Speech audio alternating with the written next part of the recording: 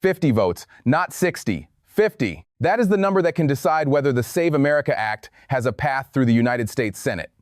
Republicans hold 53 seats. On paper, that should sound like enough.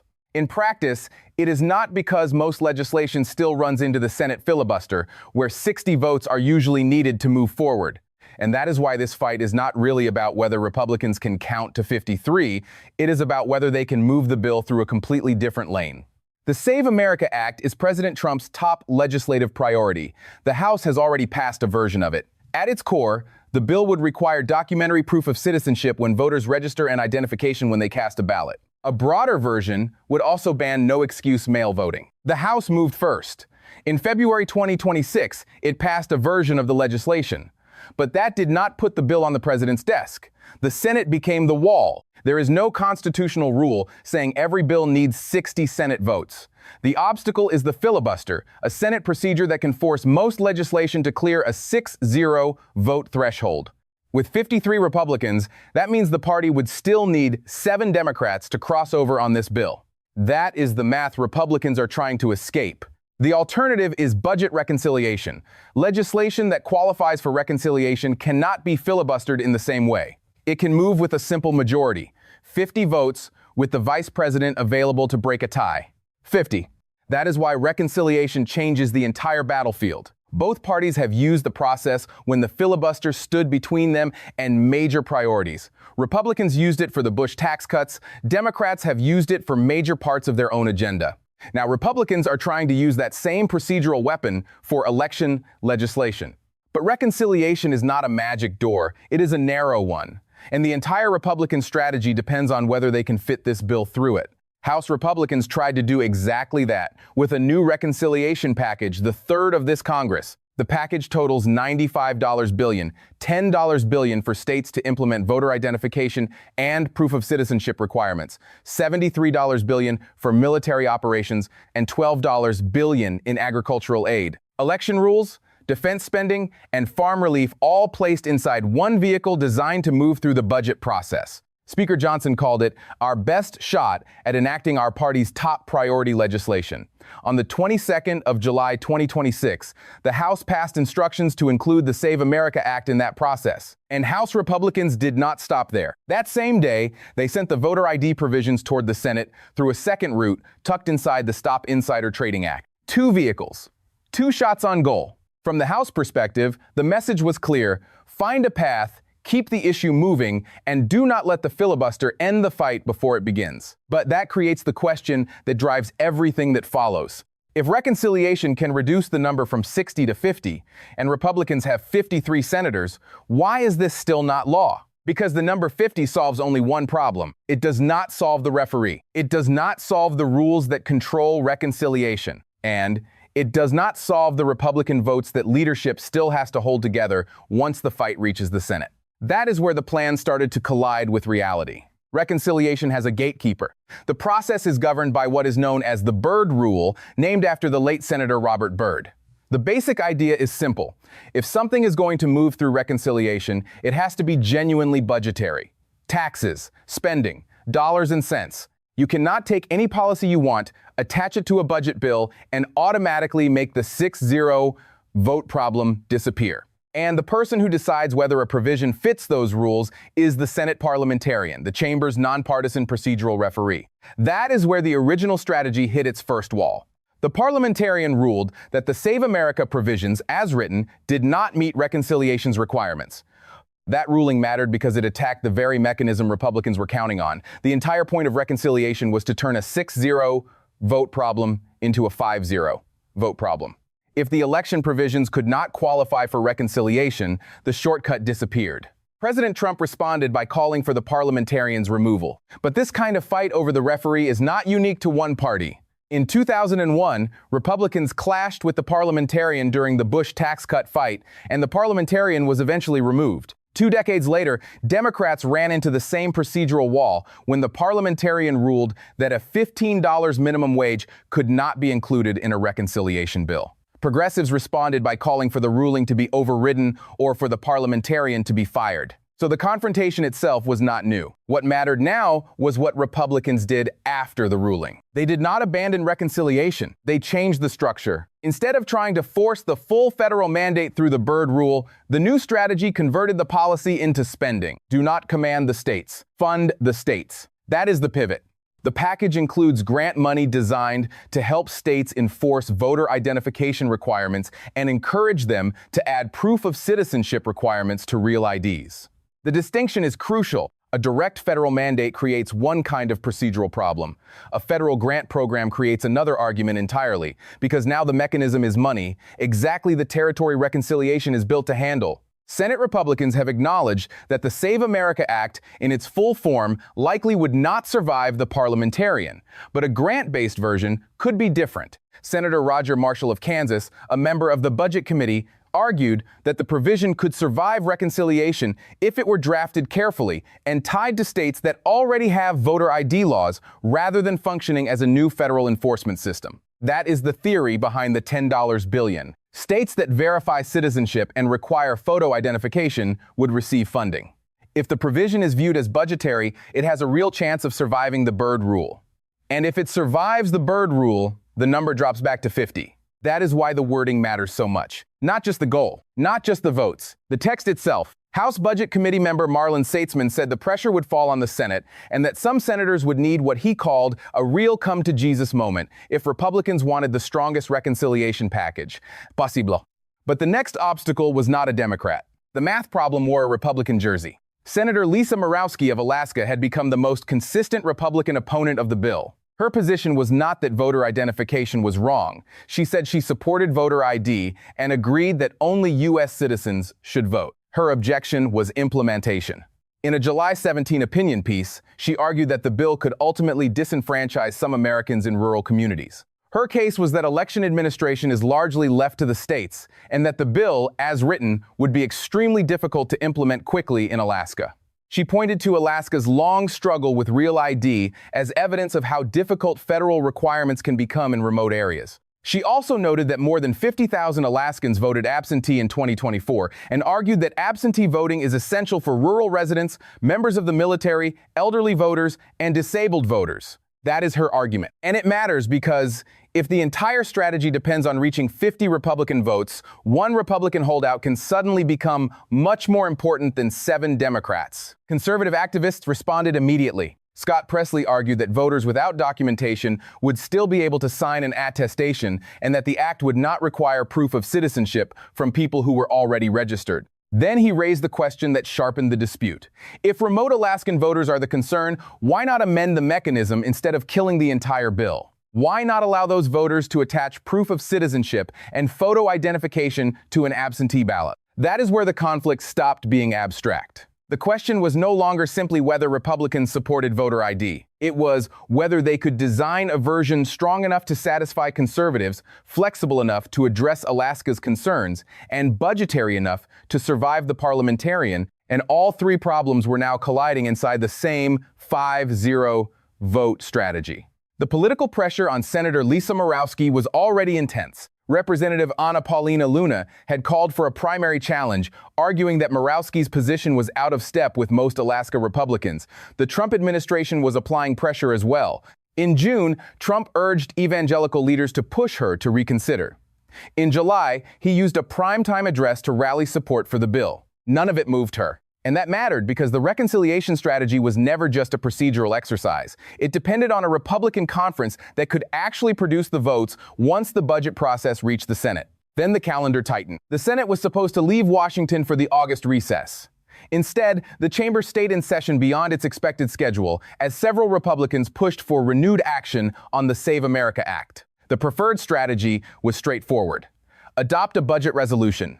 Formally open the reconciliation pathway, and create the structure for grants supporting proof of citizenship and photo ID requirements. Pass the blueprint. Lock in the 5-0 vote lane.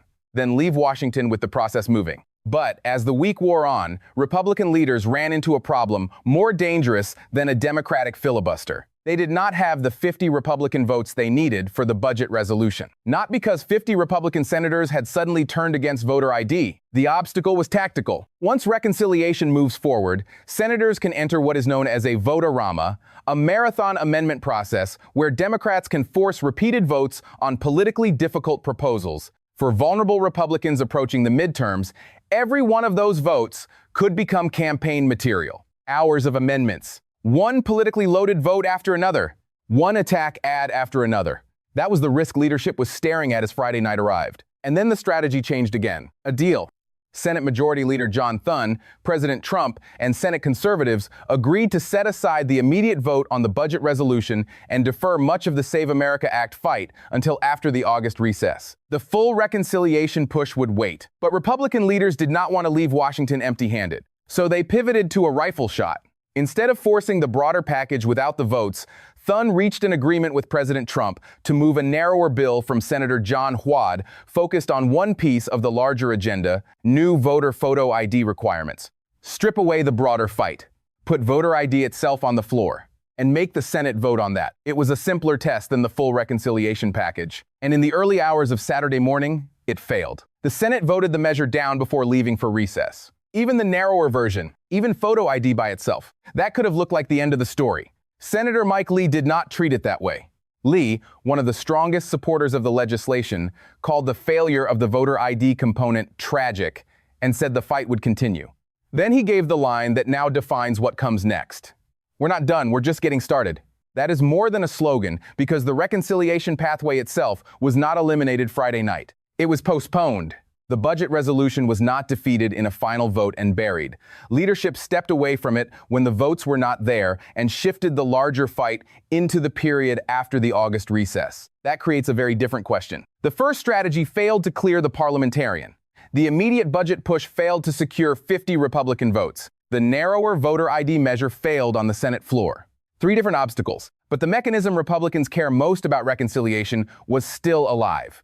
And now August had become something more than a recess. It had become the drafting window. The senators who cut the Friday night deal said they would use August and September to build a stronger reconciliation package. That sounds simple. It is not. The grant-based structure only works if the language is written tightly enough to survive another parliamentarian review.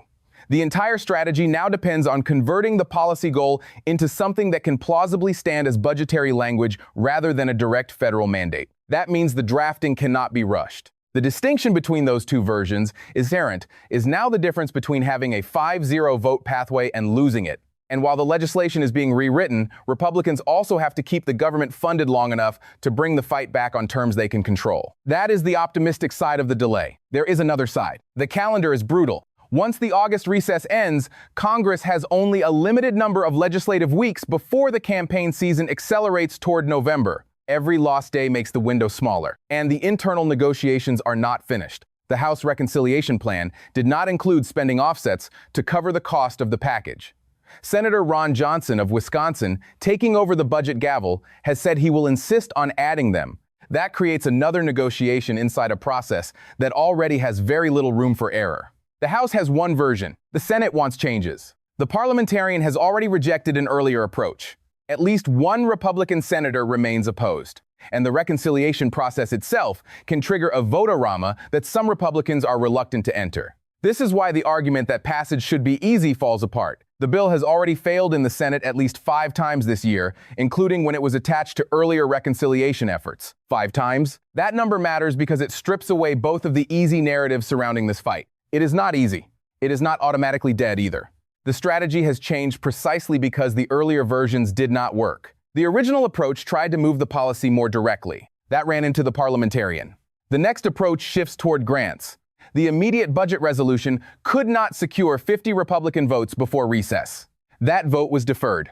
The narrower voter ID bill then went to the floor. That failed too. So when the Senate returns, Republicans are not starting from the same position they were in months ago. They are starting with a record of failure, a narrower calendar, and a clearer understanding of what the procedural obstacles actually are. The House has already moved twice. The president is personally engaged in the negotiations. The reconciliation strategy has evolved from mandate to money. The Republican holdout has publicly planted her position and shown no sign of backing away. That means the next version cannot simply assume she will come around. It has to be written and counted with that resistance already built into the equation. And the decisive period is now September. A handful of legislative days, a grant structure that has to survive procedural review, a Republican conference that has to stay together, a possible vote-a-rama waiting on the other side, and a midterm calendar that keeps getting closer. That brings the entire story back to where it started. 50 votes, not 60, 50. But by this point, that number means something very different than it did at the beginning. At first, 50 looked like the shortcut. Now it is the obstacle. The reconciliation process can eliminate the need for 7 Democratic votes.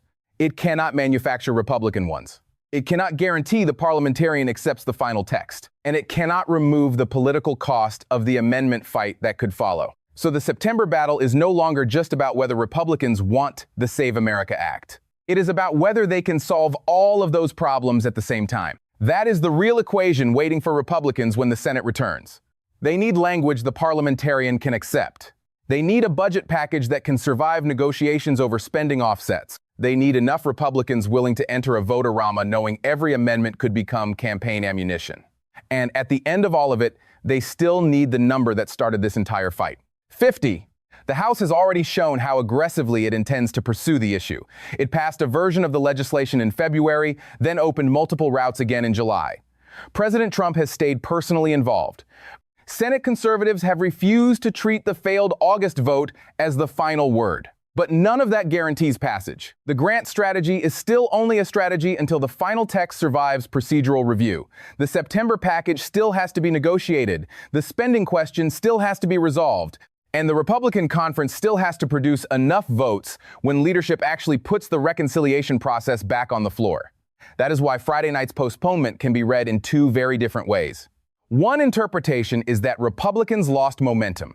They did not have the votes for the budget resolution, retreated from the broader push, and then watched the narrower voter ID measure fail before recess. The other is that leadership avoided forcing a reconciliation vote before the text and the caucus were ready, preserving the pathway for another attempt after weeks of drafting and negotiation. September will tell us which interpretation was right, because by then, there will be far less room to maneuver. The legislation has already run into the parliamentarian. It has already run into internal Republican resistance. It has already run into fear of the vote-a-rama. And it has already failed repeatedly in the Senate. 5 times.